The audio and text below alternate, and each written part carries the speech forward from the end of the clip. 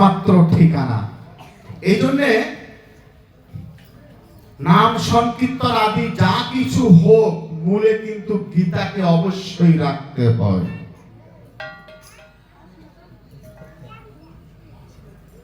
তাই ভগবান শ্রীকৃষ্ণ শ্রীমান অর্জুনকে বললেন, অর্জুন, পরিত্রাণায়ং সাধুনাং, আমি সাধু পরিত্রাণ করি, বিনাশয়চ দুষ্কৃতাম, দুষ্কৃতিকারী, গীতা বিরোধী, সাধু বিরোধী, ভগবান বিরোধী, সমাজ বিরোধী, ধর্ম বিরোধী, আমি এদেরকে কি করি? দুষ্কৃতিকারী হিসেবে গণ্য করে এদেরকে বিনাশয়চ, বিনাশ করি। আর কি করি? 3 নম্বর কাজ হলো ধর্ম সংস্থাপনার্থায় শম্ভু আবমি যুগে যুগে। এই ধর্মকে সংস্থাপন করার জন্য আমি নিজেই যুগে যুগে অবতীর্ণ হই। তাহলে এখানে আমাদের অনেক রকম প্রশ্ন থেকে যায় যে ভগবান যে এত অবতার আদি পাঠিয়েছেন কেন? আসলে ভগবান পাঠান নাই, ভগবান বলেছেন আমি নিজেই যুগে যুগে অবতীর্ণ হই ধর্ম সংস্থাপন করার জন্য, আমি কাউকে পাঠাই না, আমি নিজেই আসি, আমি নিজেই এসে আমার জগৎকে উদ্ধার করে আমি পদার্পণ করি। এই জন্যে আর ভগবান নিচের শ্লোকে বললেন, 4th অধ্যায় শ্লোক নাম্বার 9, জন্ম কর্ম চমে দিব্যম এবং ইয় ব্যক্তি তত্ত্বত ত্যক্ত জহম পুনর্জন্ম নয় এতি মামে ইতি সহ অর্জুন। হে অর্জুন, ভগবান বলছেন, অর্জুন, আমার জন্ম এবং কর্মটা হলো দিব্য জ্যোতি স্বরূপ। যে কথা পূর্বে বললাম, মানুষের মতন ভগবানের জন্ম মৃত্যু নয়, মানুষের মতন জন্ম কর্ম ভগবানের নয়। আমরা যে কর্ম করি, আমরা কর্ম করেও আমরা কর্মফলে বন্ধন হই, আমরা কর্মে আসক্ত হয়ে কর্ম করি, আমরা কর্মফলেরও আসক্ত হয়ে কর্ম করি। কিন্তু ভগবান কিভাবে বলতেছেন? 4th অধ্যায় শ্লোক নাম্বার 14, ন মাম কর্মণি লিপ্যন্তি নমে কর্ম ফলে স্পৃহা ইতি মাম ইয় অভিজানাতি কর্মভিদ সবদ্ধাতে। অর্জুন, ন মাম কর্মণি লিপ্যন্তি, আমি কর্মে লিপ্তই থাকি না, আমার কর্মফলের কোনো আসক্তি নেই, না আমার কোনো কর্মফলের প্রতি স্পৃহা। তাহলে আমি কি করি? ভগবান কর্ম করান, উনি কর্ম করেন না। এই জন্যে আমাদেরকে কি করতে হবে? জগতে আমরা এসেছি কর্ম করার জন্য, কিন্তু কর্মফলে আসক্তি হবার জন্য নয়। তাহলে আমরা কর্ম কিভাবে করব? সংসারে কিন্তু আমরা যে যা করতেছি, শুধু যে আমরা উদর পূরণের জন্য চাকরি বাকরি করি, কাজকর্ম করি, ওইটাই যে কর্ম, সেটা ভাবা যাবে না। সংসারে এই যে আমরা সন্তানাদিদেরকে যে ভরণ পোষণ করতেছি, এইটাও কিন্তু কর্ম। কিন্তু সন্তানের কাছে আশা ভরসা করা যাবে না যে সন্তান একদিন আমাকে লালন পালন করবে। সন্তান তার কর্তব্য হিসেবে তার পিতা মাতাকে লালন পালন করবে। আপনাকেও ঈশ্বরের সন্তান মনে করে সেই সন্তানদেরকে লালন পালন করতে হবে আপনার কর্তব্য মনে করে। পিতা মাতা বৃদ্ধ হয়ে গেলে তাদের প্রতি সন্তানের কর্তব্য, সন্তানের প্রতি নবজাতক সন্তান শুরু করে সাবালক পর্যন্ত সন্তানের প্রতি পিতা মাতার কর্তব্য সন্তানকে সুন্দরভাবে লালন পালন করে ভরণ পোষণ করে সৎ শুদ্ধ বিদ্যা সুশিক্ষায় শিক্ষিত করে সমাজে কল্যাণকর কাজে নিয়োজিত করা প্রত্যেকটা পিতা মাতার কর্তব্য। আমাদেরকে প্রত্যেকটা কর্মই কর্তব্য মনে করে করতে হবে। আমি যেমন করতেছি তেমনই ফল পাবো এই বাসনা করে যখনই আপনি কর্ম করবেন তখনই আপনি আসক্তিতে পড়ে গেলেন। তাই এই আসক্তি থেকে আপনাকে দূরে থাকতে হবে। আপনি যা কিছু করবেন বা করতেছেন কর্তব্য মাত্র। আর এই কর্তব্য মনে করে যখনই আপনি কর্ম করে যাবেন ফলের আশা থাকবে না। মৃত্যুর পর আপনার আত্মা বন্ধনগ্রস্ত হবে না। এই জন্য এই কর্ম কর্তব্য মনে করে কেবল আমাদেরকে করে যেতে হবে। কিন্তু আমরা যেভাবে কর্ম করতেছি বন্ধনযুক্ত মোহগ্রস্ত হয়ে, আমরা কর্মে আসক্তি হয়ে লিপ্ত হয়ে আমরা কর্ম করতেছি, যার কারণে আমাদের জন্ম জন্মান্তর কি হয়, বন্ধন ঘটে। কিন্তু চৈতন্য মহাপ্রভু শ্রী শ্রী চৈতন্য চৈতন্যামৃতে বলে গিয়েছেন, 8টি শ্লোকের মধ্যে একটি শ্লোক বলা হয়েছে, ন ধনং ন জনং ন সুন্দরী কবিতাম বা জগদীশ কামায়ে মম জন্মানি জন্মানি শ্রেয় ভগবত ভক্তি অহেতুকতই। উনি কি বলেছেন, কি শিক্ষা দিয়েছেন মহাপ্রভু? ন ধনং ন জনং, না ধন না জন না সুন্দরী রমণী আদি, আমি এগুলিতে আসক্ত হওয়ার জন্য জগতে আসি নাই। আমি জন্ম জন্মান্তর ভগবত ভক্তি, তাও কেমন ভক্তি, অহেতুক ভক্তি, যে ভক্তির কোনো বিকল্প নাই, এমন ভক্তির জন্য জগতে মহাপ্রভু এসেছিলেন, শিক্ষা দিয়ে গেছে আমাদের এই জগৎকে সকলেই যেন আমরা ভগবত ভক্তি যদি করতে হয় অহেতুকী ভক্তি করব, কোনো হেতু যেন না থাকে, কোনো কারণ না থাকে, বিকল্প যেন না থাকে ভগবত ভক্তি, এমন ভক্তি আমাদেরকে করতে হবে। আর তাই হলো গীতার সেই অনন্য ভক্তি। গীতার যে ভক্তি, 3টা ষটক, কর্ম, ভক্তি, জ্ঞান। গীতার কর্ম করতে হবে নিষ্কাম কর্ম, ফলের আশা ছেড়ে। গীতার ভক্তি করতে হবে গীতা অনুযায়ী, অনন্য ভক্তি, যে ভক্তিতে কোনো শেষ নাই। ভক্ত যখন সমস্ত কিছু ভগবানের অর্পণ করে দিয়ে ভক্তি করে, ভগবান ভক্তের অজান্তে সেই ভক্তকে রক্ষা করে থাকেন। হরি বল, হরি বল। এই জন্য আমাদেরকে গীতাত্ব অনুযায়ী ভক্তি করতে হবে, অনন্য ভক্তি, যে ভক্তির শেষ নেই, অশেষ, যে ভক্তির কোনো বিকল্প নেই, সেই ভক্তি আমাদেরকে করতে হবে। তো ভগবান শ্রীকৃষ্ণ বললেন, হে অর্জুন, আমি সেই ভক্তির কথাই তোমাকে বলতেছি, বাকি সেই তত্ত্বই তোমাকে বলতেছি, এবং আমার এই জন্ম কর্ম সম্বন্ধে তুমি যা জানতেছো এগুলি জগতের কোনো কিছুর সাথে তুলনা হয় না। আমার কোনো বাবা নেই, মা নেই, ভাই বোন, আত্মীয় স্বজন কেউ নেই। অহং সর্বস্ব প্রভব, দশম অধ্যায় বিভূতি যোগ, শ্লোক নাম্বার 8, ভগবান বলছেন, হে অর্জুন, অহং সর্বস্ব প্রভব মত্ত সর্বং প্রবর্ততে ইতি মতা ভজন্তে মাম বুধা ভাব সমন্বিতা। আমার থেকে সমস্ত কিছু প্রভাব হয়, সৃষ্টি হয়, আমি সমস্ত কিছুর উৎস, প্রভব মত্ত সর্বং প্রবর্ততে, আমার থেকে সমস্ত কিছু প্রবর্তিত হয়, সৃষ্টি হয়, কিন্তু আমি কৃষ্ণ কারো থেকে নই।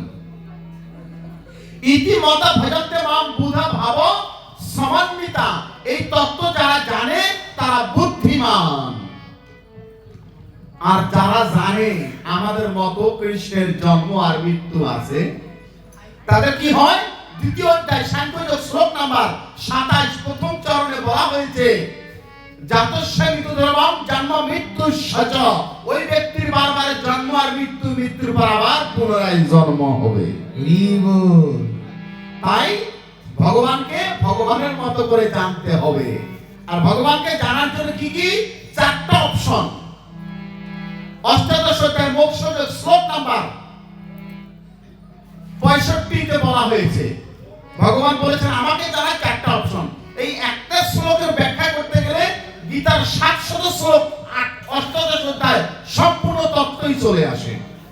কি সেই শ্লোক? মন মনা ভব মদ ভক্ত মজ্জাজিমাম নমস্কুরু মাম বৈশ্বাসী সত্যং তে প্রিয় অসীমে। ভগবান বলতেছে যে অর্জুন মন মানা ভাব, আমার মনের ভাবনায় ভাবিত হও। দেখেন আমরা গীতা পাঠ শুনতে আসি, ভগবত কথা শুনতে আসি, কৃষ্ণ কথা শুনতে আসি, আসার পর আপনারা কি নিয়ে যাবেন? গীতার সার তত্ত্ব কথাগুলি আপনাকে মস্তকে ধারণ করতে হবে। কারণ গীতা শুনলে কি হয়? আপনার নলেজ ব্রেন কৃষ্ণমুখী হবে। আপনি যেমন কথা শুনবেন তেমনি ভাব আপনার মস্তকে ধারণ করবে। এই জন্য আমরা যখন গীতার চূড়ান্ত সিদ্ধান্ত শুনবো, গীতামুখী কৃষ্ণমুখী আমাদের স্মৃতিশক্তি ধাবিত হবে।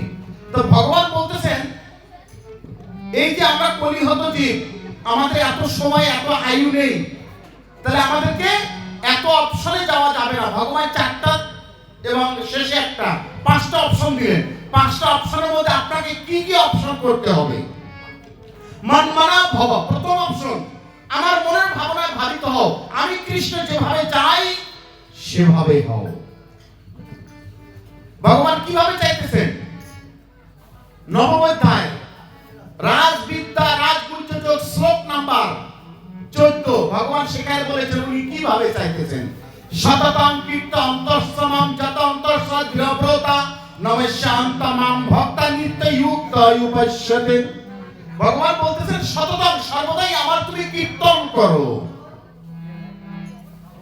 যত অন্তঃসমম দৃঢ়ব্রতা আমার তুমি যত্ন করো, আমাকে উপাসনা করো, আমাকে বন্দনা অর্চনা করো, নমস্যান্ত আমাকে নমস্কার করো, মজ্জাজিমাম নমস্কুরু আমাকে নমস্কার করো, নমস্যান্ত মাম ভক্তা নিত্য যুক্ত উপশ্যতে, নিত্য আমার সাথে যুক্ত থেকে আমাকে উপাসনা করো। এখন আমরা ভগবানকে দেখি নাই, কিন্তু ভগবানের সাথে যুক্ত হব কি করে? ভগবানকে দেখি নাই, ভগবানের সাথে যুক্ত হব কি করে? এখান থেকে আমেরিকায় কি হয়, আমেরিকায় কি হইতেছে আমরা সেটা জানি না। তাই আমেরিকার খবর আমরা টিভি চ্যানেলে পত্রিকায় দেখতে পাই, ওখানে এই ঘটনা হইতেছে। এখন ভগবান ভগবত ধামে কি বলেছেন তা আমরা কোথায় পাবো? শ্রীমদ্ ভগবদ গীতায় ভগবান আমাদেরকে সেই তত্ত্ব বর্ণনা করেছেন। তাই ভগবানকে কিভাবে পাওয়া যাবে? মন মানা ভব, ভগবানের ভাবনায় কিভাবে ভাবিত হব? ভগবান গীতায় বলেছেন। আমার সাথে কিভাবে সংযুক্ত থাকবে? নিত্য কর্ম, আমরা প্রত্যেকটা সনাতনীদের ত্রিসন্ধ্যা করতে হয়, ত্রিসন্ধ্যার মাধ্যমে ভগবানের সাথে যুক্ত থাকা, নিত্য হরিনাম জপ করার সাথে ভগবানের সাথে যুক্ত থাকা, একাদশী ব্রতের মাধ্যমে ভগবানের সাথে সংযুক্ত থাকা এবং সর্বদাই কৃষ্ণ চিন্তা করার মাধ্যমে ভগবানের সাথে সংযুক্ত থাকা। হরি বল, হরি বল। ভগবানের পূজা অনেক প্রকার। শ্রেয়ান দ্রব্য ধ্যায্য জ্ঞানযজ্ঞ পরন্তপ সর্বকর্ম আখিলং পার্থ জ্ঞান পরিসমাপ্তে। ভগবানের উপাসনা করতে, যজ্ঞ আদি করতে কি হয়? শ্রেয়ান দ্রব্য ধ্যায্য জ্ঞানযজ্ঞ পরন্তপ, অনেক যাগযজ্ঞ করতে অনেক কিছু লাগে, ঘট পট চিত্রপট দিয়ে ফল মূল ইত্যাদি ইত্যাদি কিছু দিয়ে ভগবানের যজ্ঞ করা হয়। কিন্তু সে যজ্ঞ থেকে শ্রেষ্ঠ জ্ঞান যজ্ঞ। যদি আপনি হৃদয়ে সর্বদাই কৃষ্ণ চিন্তা করেন, হৃদয়ে যদি সর্বদাই গীতার চিন্তা করেন, হৃদয়ে যদি কোন ব্যক্তি সর্বদাই ভগবানের চিন্তা অনুশোচনা করে, ভগবান তার হৃদয়ে সর্বদাই পূজিত হইতেছেন। আর হৃদয়ে পূজা করলে ভগবানের কোন দ্রব্যাদির কিচ্ছুর প্রয়োজন নাই।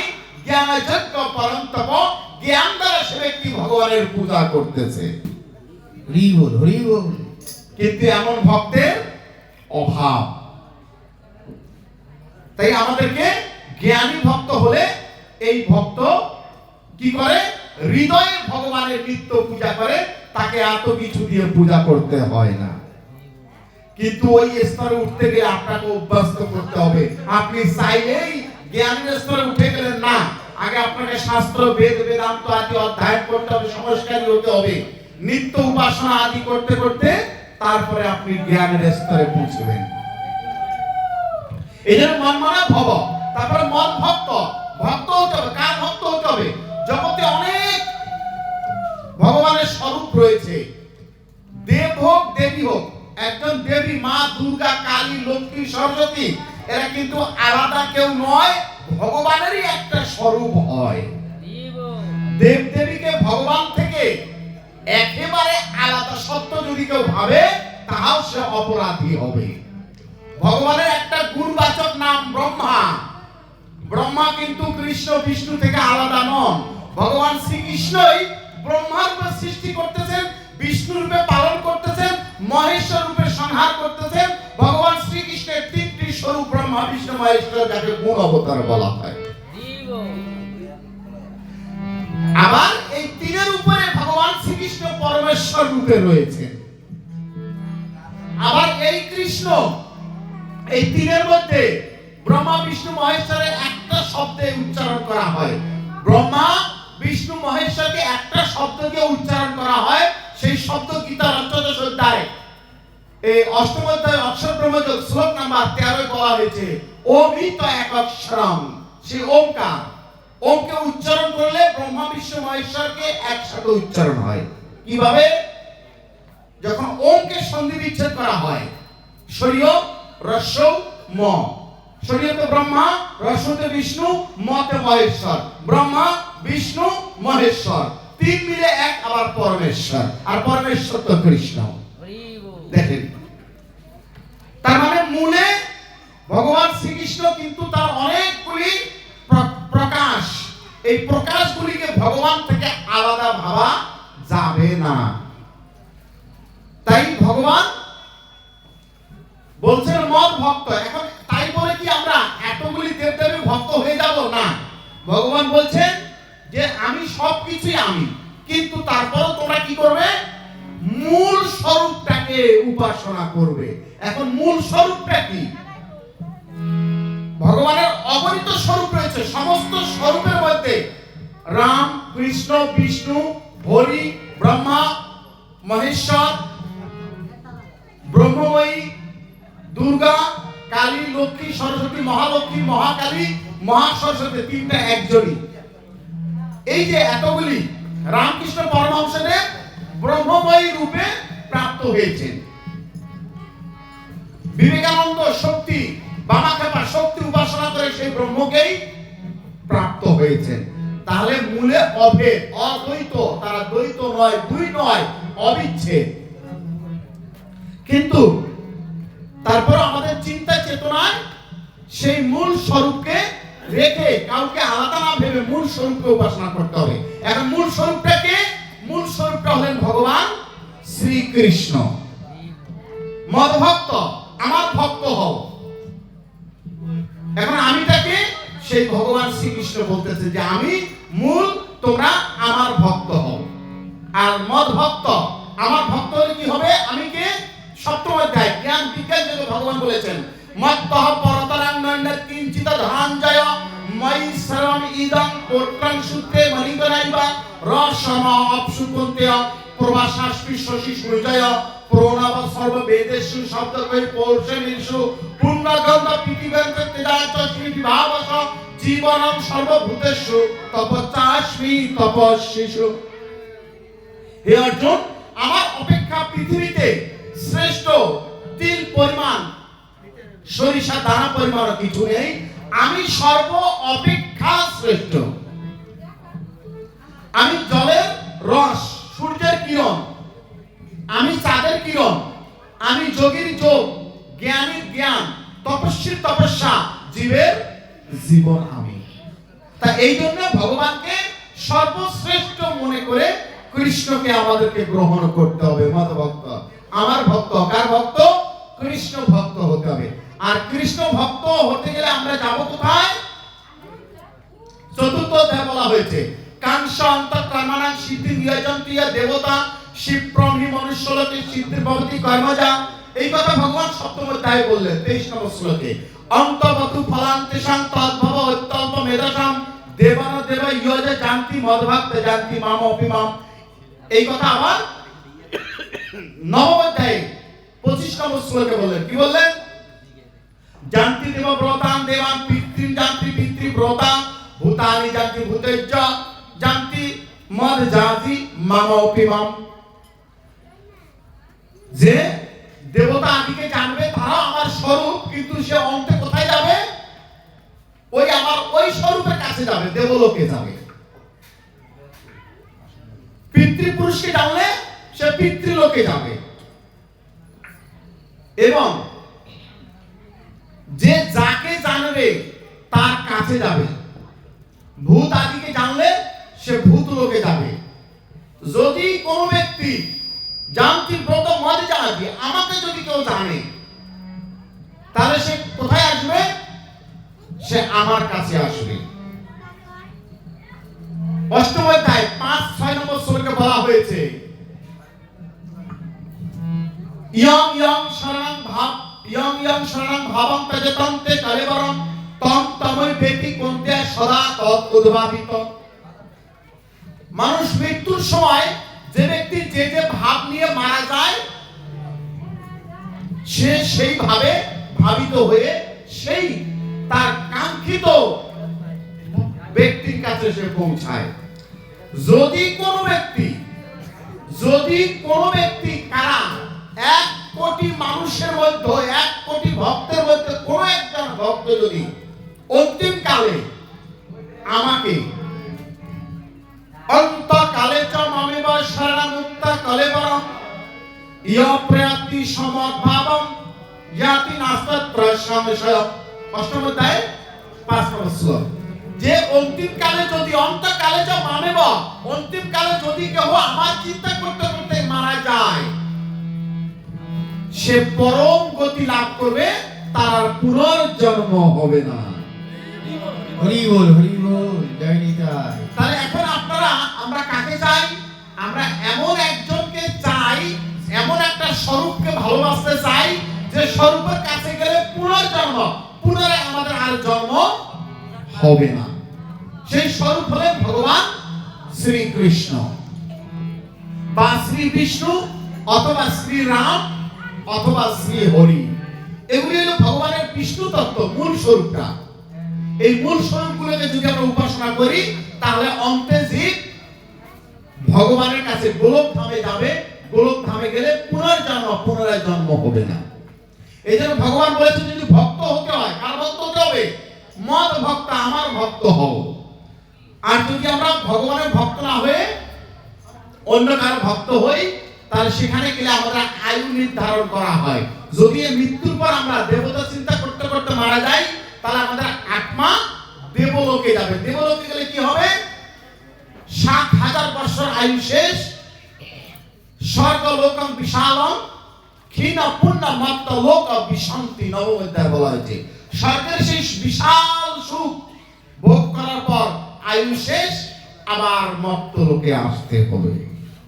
তাই লাভ কি হলো? এমন একটি জায়গায় যেতে হবে। আর ব্রহ্ম ভুবন লোকা পুনর্বর্তী অর্জুনম মামা উপত্যতু কন্তয়া পুনর্জন্ম ন বিদ্যতে। এমন এক স্থানে যেতে হবে যেখানে গেলে পুনরায় জন্মই হবে না।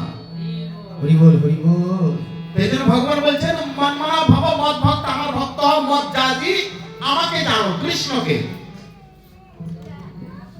কৃষ্ণকে পিতামহস্য জগত মাতা ধাতা পিতামহ বেদ পবিত্র ওমকারম ঋক্ষাম ইয়জুরেবচ গতির ভক্ত প্রভু সাক্ষী নিবাসনম শরণং সুরি প্রভবঃ প্রলয়ং পরম স্থানম নিদানম বীজম অব্যয়ম।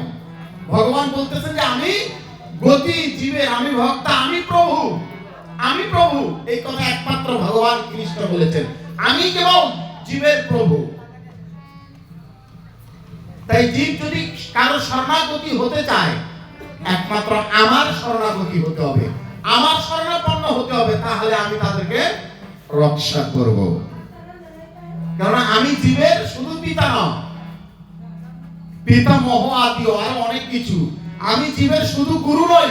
অর্জুন স্বীকার করেছেন গুরু গর্গিয়ান, গুরুরও মহাগুরু হলেন ভগবান শ্রীকৃষ্ণ। কৃষ্ণ যেন তেন গুরু নন, কৃষ্ণ বন্দে জগৎ গুরু, কৃষ্ণ জগতের মহান গুরু।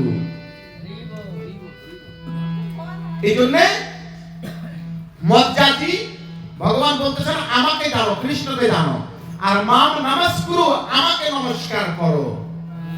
কৃষ্ণকেই কেবল নমস্কার করতে হয়। পঞ্চাঙ্গে ষষ্ঠাঙ্গে আমরা ভগবানকে যে নমস্কার করি, দণ্ডবোধ করি, তার মানে কি? নমস্কার শব্দের অর্থ কার প্রতি নত স্বীকার হওয়া। তাই ভগবান বলতেছেন আমার কাছে নতজানু হয়ে, নত স্বীকার হয়ে, সর্বস্ব অর্পণ করে দিয়ে আমাকে মজ্জাজি মাম নমস্কুরু, আমাকে জেনে আমাকে নমস্কার করো। আমরা ভগবানকে কখন নমস্কার করব? নমস্কারটা শেষে মনমনা ভব, আগে ভগবানের মনের ভাবনা ভাবিত হয়ে মজ্জাজি ভগবানকে জেনে মাম নমস্কুরু, তারপরে আমাকে নমস্কার করো। এই জন্য গীতা আগে মানার দরকার নাই, আগে বুঝেন। গীতা নিত্য পড়েন, অধ্যয়ন করেন, বুঝেন, তারপরে আপনি গীতাকে মানেন।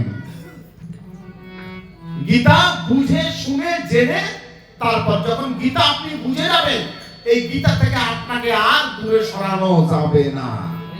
হরি বল, হরি বল। আর এই জন্য ভগবান চূড়ান্ত সিদ্ধান্ত দিয়ে দিয়েছেন অর্জুনের 4টা অপশনের পরে শেষে একটা অপশন দিলেন, আর কোন অপশন তোমাকে আমি দেব না। কি অপশন?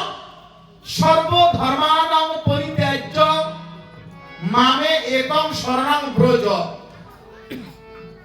অহং তাং সর্ব পাপেভ্য মোক্ষয়িষ্যামি মা শুচ। তোমার সমস্ত ধর্ম কর্ম বাদ দিয়ে, সর্বধর্মানাং পরিত্যাজ্য, সমস্ত ধর্মকর্ম পরিত্যাগ করে, কি কি ধর্ম পরিত্যাগ করতে হবে? যখন 5,500 বছর আগে কুরুক্ষেত্রের যুদ্ধে এই কথা ভগবান বলেছিলেন, ওখানে সনাতন ধর্মের লোক ব্যতীত অন্য কোন ধর্মের লোক ছিল না, অন্য কোন ধর্মের যোদ্ধাও ছিল না, কিন্তু তারপরেও ভগবান বললেন সর্বধর্মানাং পরিত্যাজ্য, তোমার সর্বধর্ম পরিত্যাগ করো। কি সনাতন? না। এই সনাতনীদের হৃদয়ে যে অধর্ম রয়েছে, সনাতনীদের হৃদয়ে যে রিপুগত ধর্ম রয়েছে, কৃষ্ণ ব্যতীত, হরি ব্যতীত, রাম ব্যতীত, ভগবান ব্যতীত যে সংসারের বাজে চিন্তাগুলো, যে চিন্তাগুলো বন্ধন ঘটায়, সেই চিন্তাগুলোকে ত্যাগ করতে বলেছেন সর্বধর্মানাং পরিত্যাজ্য। এমন বিষয়বস্তুগুলোকে ত্যাগ করে মামে একং, আমাকে এককভাবে শরণাং ব্রজ, শরণ করো। করলে কি হবে? তারপরে গিয়ে অহং তাম, আমি তোমাকে সর্ব পাপেভ্য, সমস্ত পাপ থেকে মোক্ষয়িষ্যামি মা শুচ, মুক্তি করে দেব, এতে কোনো সংশয় নাই। হৃদয় গৌর সীতারাম হরি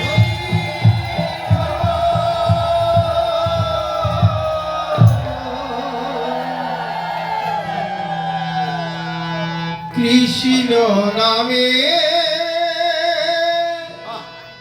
আশার গলে যায়, যাই গো আমার মন কেন গলে না, না গো আমার মন কেন গলে না। কৃষ্ণ নামে